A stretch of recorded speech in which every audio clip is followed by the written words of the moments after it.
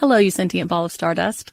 My name is Casey Davis. I'm a therapist and I'm an author of the book How to Keep House While Drowning, where I talk about ways to make it a little bit easier to take care of yourself when you're overwhelmed, stressed, have mental health issues, physical health issues, or maybe you're just in a hard season of life. Maybe you're looking for a place that you can come and listen to some practical advice. This is a podcast for all of the self-help rejects. We're going to talk about skills for survival and self-kindness. And I'm going to leave the pop psychology at the door. I promise not to tell you to meditate or to journal. We're just going to give you some really insightful conversations with hopefully some practical advice. So I don't believe you need to pick yourself up by the bootstraps. I don't want you to just try harder, and I don't believe that laziness exists. So join me over on Struggle Care, where we can find compassionate solutions that help us function a little bit better. Come unwrap some holiday magic this season in Denver, where the lights are brighter and the shopping is grander. The shows are more spectacular, the trees taller, the festivities merrier. So come for your holiday traditions or make some new ones with your friends and family in the Mile High City, where the season feels a whole lot more wonderful. Discover great hotels and more things to do at milehighholidays.com. Stoveleg Media, igniting conversation.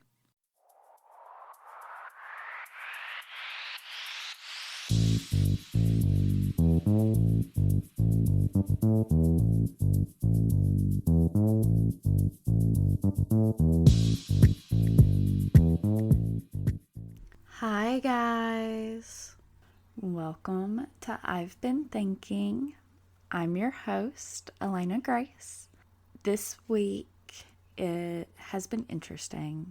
Of course, it has been a really hard past week for a lot of people. And so I just want to start this episode out by saying two things. One, I want to say happy Pride Month because it is Pride this month. And second, I want to say that for our friends and our listeners, I can never understand a lot of the things that people of color have been through. But what I can do is acknowledge that I'll never understand, and I can try to learn more, and I can try to use my voice and my platform to bring light to others and to hopefully bring positive light into the situation at large, I guess. So I just encourage all of my listeners this month to educate themselves in general about all of the things going on about racism and how you can help, about homophobia and all of that, and how you can support people. And I just want to encourage my listeners more than anything, make your own decisions. First of all, learn about things, educate yourself, and make your own decisions. Don't let any form of media tell you what to think. And second of all, just open your heart and remember that these are all people just like you are, just like your children are, just like your mama and daddy, just like your mama.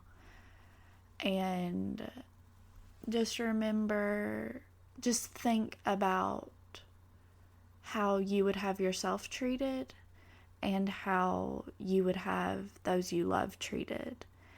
And then apply that to everybody, if that makes sense. Okay. So, with that being said, I want to go ahead and move into this week's topic. This week is our first book club episode, which I am really excited about.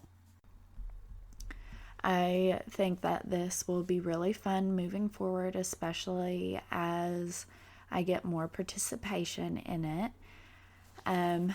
As I learn how to do this whole book club thing and hopefully get better at it moving forward, I'm using a few different resources to help get me started.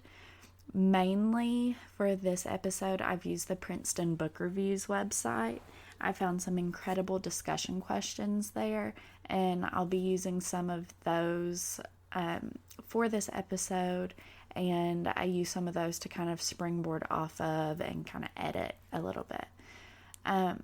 But what I want to do this week is go through just a few of the questions, talk through my opinions, my thoughts on the book, and then I'm going to share with you my 3 favorite excerpts from the book and maybe talk a little bit about what they mean to me personally. Moving forward, hopefully I'll have more opportunities for participation from listeners. I posted this past week looking for input from people who have read or may be wanting to know, like, have you specifically chosen not to read this book or anything like that? And I didn't really receive any responses, which was fair. There's a lot going on. This is our first time doing this. You might not have read the book before. You might not have even seen the movie. But I hope that in the future that this can be more of a dialogue versus me just talking about my thoughts on the book. So hopefully we do get that moving forward. So to begin, this week we're talking about Wild by Cheryl Strayed. And I want to first ask, why did Cheryl choose to hike the Pacific Crest Trail for basically her first hike ever? And I'll say that I think that largely Cheryl needed a way to find independence through a challenge, both physically and mentally. She had always had people to turn to for guidance or for support throughout her life, it seems. And I think that she realized in some ways that had crippled her emotional growth. But also, I think that in some ways, or a lot of ways, Cheryl is a romantic, and that the idea of the trail and the freedom that came with it and all of the incredible things she would see and the pride of accomplishment that would come with completing her goal, all of that was really appealing to her, you know? And I totally get that. I've had those moments in my life. Going to Japan alone to meet up with my cousin was an incredible moment and an incredible 2 weeks. And that gave me such a feeling of independence and freedom that I could navigate myself to the other side of the world, with the help of United Airlines. But I could navigate myself to the other side of the world alone. I didn't need my mama or my papa to do it for me. I didn't need somebody holding my hand and telling me where to go. I figured all that out on my own. And that was crazy. Especially for someone who in certain ways has been very sheltered in life. Not in all ways at all, but in certain ways I have been very sheltered. And I gained such independence from that trip. And so I totally get where Cheryl was coming from when she needed to do something kind of extreme to find herself. Next question. Fear is a major theme throughout Cheryl's narrative. How is her fear on the trail directly related to her greater story? So Cheryl seems to have lived through many different traumatic experiences in her life, with, of course, the most traumatic being the loss of her mother, pretty quickly too, actually. And it sends her into a spiral of depression acting out all of these things, trying to find herself, because so much of her identity had been based around being her mother's daughter, I think. The fear and the anxiety and the feelings of loss that came from losing her mother, and then the subsequent actions that she took in response to it, those are all things that Cheryl just didn't know how to deal with.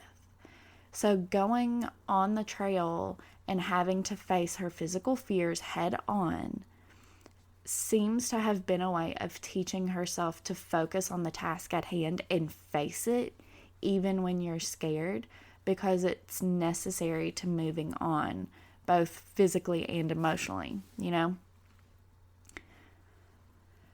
Question 3. Cheryl is honest about her mistakes, but she doesn't seem ashamed. Why? Much the same way that I have always been honest with myself and others about mistakes that I've made, even when I've been embarrassed to admit that, I made a bad decision or whatever it was. Those were decisions that she made. And you have to embrace that to learn and to grow from them. And I think Cheryl was very acutely aware of that. Plus, if you love any part of yourself, you have to at least be at peace with your past actions, in my opinion, because those are the things that made you exactly who you are now. So if you love anything about yourself, you have to say, okay, well, that thing that I did in the past, I may be kind of embarrassed that I did something stupid, but ultimately that is why I am who I am. So I've just got to be okay with it, Question 4. How does Cheryl's gender play into things in this PCT world where it's outside of the constructs of, quote, normal society? I think that that's a really interesting question, a really interesting just thing to think about. On the trail, which seemed at that point to be more heavily hiked by men than women, you would kind of think that, I don't know, that men would be expected, men would be whatever, just because it's more heavily populated by men. But I think that because Cheryl is a woman, she becomes revered on the trail for her bravery and her strength, especially once people meet her physically. They get excited when they see her name on the trail log, yeah. But once they meet her and they see the condition of her feet, they feel the weight of her pack, they realize that this is basically her first hike.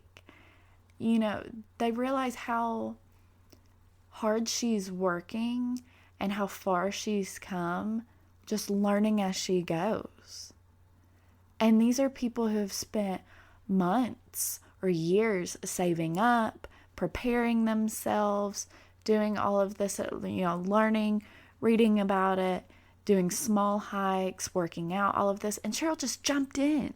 So once they meet her physically, they, I think, are so much more acutely aware of and impressed by both her physical strength, but also her emotional strength to power through the pain and to learn as she goes. So where I think that it would be expected that Cheryl's gender would be, kind of a hindrance on the trail, I really, really do think that it is, in a way, a source of empowerment, because she really is put on a different kind of pedestal than just every other guy who comes walking down the trail. she is that bitch. And, people just, they focus on how awesome it is that she's doing it rather than on the fact that, oh, it's just another person. So I think that her gender actually makes her journey more impressive in a lot of ways. And our final question: does the hike help Cheryl get over her ex-husband Paul? And why is that a question that we're even putting a lot of focus on? So I wanted to answer this question, and in the questions on this question for two reasons. First of all, yes, I firmly believe that the hike helped her get over Paul, because Paul was Cheryl's crutch. She loved him and he loved her, and he was always there to pick her up, even though we love that about him, that's not what Cheryl needed, because she needed to grow and to become stronger on her own. And that's what hiking the PCT taught her, to rely on herself, to ask for help when necessary, and also to know her limits and when and how to push past them. Overall, the hike made her challenge herself physically and emotionally in ways that she really may not have otherwise.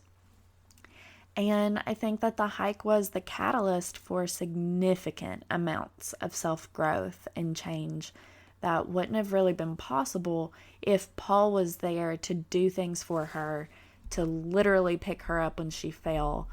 She had to learn to do all of that on her own. Secondly, I want to say that Paul was a very important part of Cheryl's life, absolutely. And as such, I really respect the role that he played in her personal journey.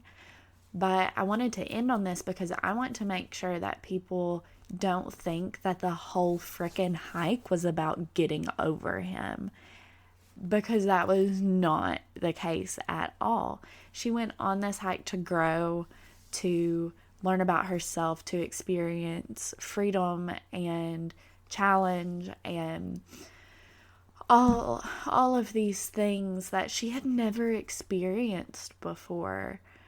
And getting over Paul and coming to peace with this new chapter of their relationship to one another was just one of the many triumphs that Cheryl experienced.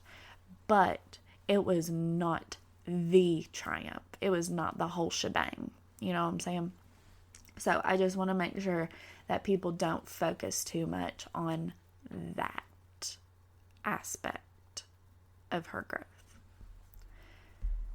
Now, I want to share with you all my 3 favorite excerpts from Wild. I was planning on talking at length about why they were so moving to me at first, but instead I think I want to read them to you, and I might say a little bit about each of them, but I just want you to hear the power of Cheryl's words and understand for yourself what this journey was to her, and how her memoir in many ways is a journey to those who read it. So, I want to begin on page 186. Now, for a little context, this is after Cheryl has hitchhiked a ride from a few people who just picked her up off the side of the road. She hitchhiked to get around like an impassable piece of the trail, if I remember correctly, for this little nugget. So they all got out with me and stood around lighting up cigarettes while I pulled my pack out of the trunk. Dave and Spider led Stevie Ray, the dog, into the trees by the side of the road, and Lou and I stood in a patch of shade near the car while I buckled Monster, her backpack. on. She asked me if I had kids, how old I was, if I was married or ever had been. No, 26, no, yes, I told her. She said, "You're pretty, so you'll be okay whatever you do. Me, people always just gotta go on the fact that I'm good-hearted. I never did have the looks." "That's not true," I said. "I think you're pretty." "You do?" she asked. "Yeah," I said, though pretty wasn't precisely how I would have described her. "You do? Thanks. That's nice to hear. Usually Dave's the only one who thinks that." She looked down at my legs. "You need a shave, girl," she bellowed, then laughed in the same raucous way she had when she'd said how big my pack was. "Nah," she said, blowing smoke from her mouth. "I'm just giving you shit. I think it's neat that you do what you want. Not enough chicks do that, if you ask me. Just tell society and their expectations to go fuck themselves. If more women did that, we'd be better off." She took a drag and blew the smoke out in a hard line. "Anyway, after all that stuff about my son getting killed, after that happened, I died too, inside." She patted her chest with the hand that held the cigarette. "I look the same, but I'm not the same in here. I mean, life goes on and all that crap, but Luke dying took it out of me. I try not to act like it, but it did. It took the Lou out of Lou, and I ain't getting it back. You know what I mean?" "I do," I said, looking into her hazel eyes. "I thought so," she said. "I had that feeling about you." That little interaction, I think, is just... It speaks to, I think, every person's desire to be vulnerable in some way or another and to share about themselves. But also, I think it speaks to how societal expectations of anybody are really, they don't encourage a lot of things, but societal expectations really don't encourage us to be who we are and be our authentic selves, I think. And this book and the movie also, they have been inspirations to me in many ways. But one thing that I love about this book and about Cheryl Strayed is that this journey taught her to be authentic to herself. It taught her to be true to herself, and I'm really grateful to see her move through that, and I think that it's an important thing to get hung up on, honestly. So, next excerpt is page 281. "Now that I was officially among the Three Sisters, a group of mountains, I didn't have the trail to myself anymore. On the high rocky meadows, I passed day hikers and short-term backpackers and a Boy Scout troop out for an overnight. I stopped to talk to some of them. 'Do you have a gun? Are you afraid?' they asked in an echo of what I'd been hearing all summer. 'No,' I said, laughing a little. I met a pair of men my age who'd served in Iraq during Desert Storm and were still in the Army, both of them captains. They were clean-cut, strapping, and handsome, seemingly straight off a recruitment poster. We took a long afternoon break together near a creek into which they'd placed 2 cans of beer to cool. It was their last night out on a 5-day trip. They'd hauled those 2 cans the whole time so they could drink them on the final night to celebrate. They wanted to know everything about my trip, how it felt to walk all those days, the things I'd seen and the people I'd met, and what in the hell had happened to my feet.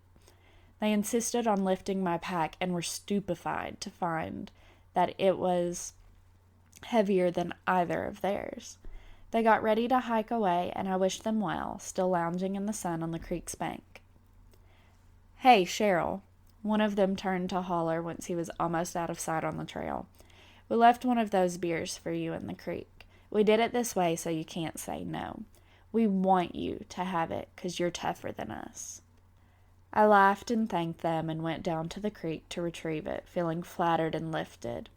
I drank the beer that night near Obsidian Falls, which was named for the jet black glass shards that wondrously cover the trail, making each step an ever-lifting clatter beneath me, as if I were walking across layers upon layers of broken china. The thing about that hits me the hardest, it's relative to what I'd said about fear earlier and what I'd said about growth and what I said about Cheryl's gender. Those two war veterans were so impressed by her.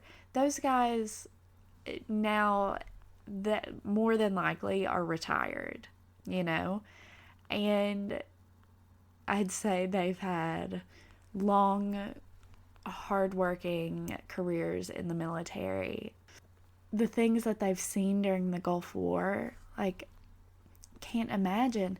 And they stopped to say, hey, this girl is wild in the best way. This girl's way tougher than us. She deserves our beer more than we do. And that is that's so touching to me. Now, my final excerpt that I'm going to read to you is from page 311. It is the last page of the book. For a little context, Cheryl is sitting on a bench out right at the end of the Pacific Crest Trail in this little town. She's just crossed the Bridge of the Gods, and she is just kind of taking a minute to reflect. She says that she's thinking back on how she had no idea all of the things that would bring her here. I didn't know how I'd reach back through the years and look for and find some of the people I'd met on the trail, and that I'd look for and not find others. Or how in one case I'd find something I didn't expect. An obituary. Doug's. I didn't know I'd read that he'd died 9 years after we'd said goodbye on the PCT, killed in a kite sailing accident in New Zealand. Or how, after I'd cried remembering what a golden boy he'd been, I'd go to the farthest corner of my basement, to the place where Monster hung on a pair of rusty nails, and I'd see that the raven feather Doug had given me was broken and frayed now, but still there, wedged into my pack's frame where I'd placed it years ago. It was all unknown to me then, as I sat on that white bench on the day I finished my hike. Everything except the fact that I didn't have to know, that it was enough to trust that what I'd done was true, to understand its meaning without yet being able to say precisely what it was, like all those lines from The Dream of a Common Language that had run through my nights of days. To believe that I didn't need to reach with my bare hands anymore. To know that seeing the fish beneath the surface of the water was enough. That it was everything. It was my life, like all lives, mysterious and irrevocable and sacred. So very close, so very present, so very belonging to me. How wild it was to let it be.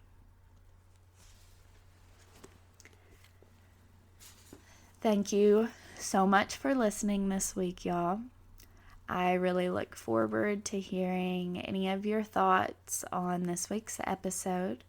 Please follow us on Instagram at I've Been Thinking Pod, and feel free to comment on the post that we made, or send us a message about it, about the episode, or about anything really.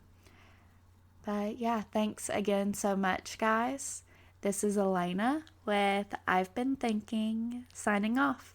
I will talk at you next week. Bye, y'all.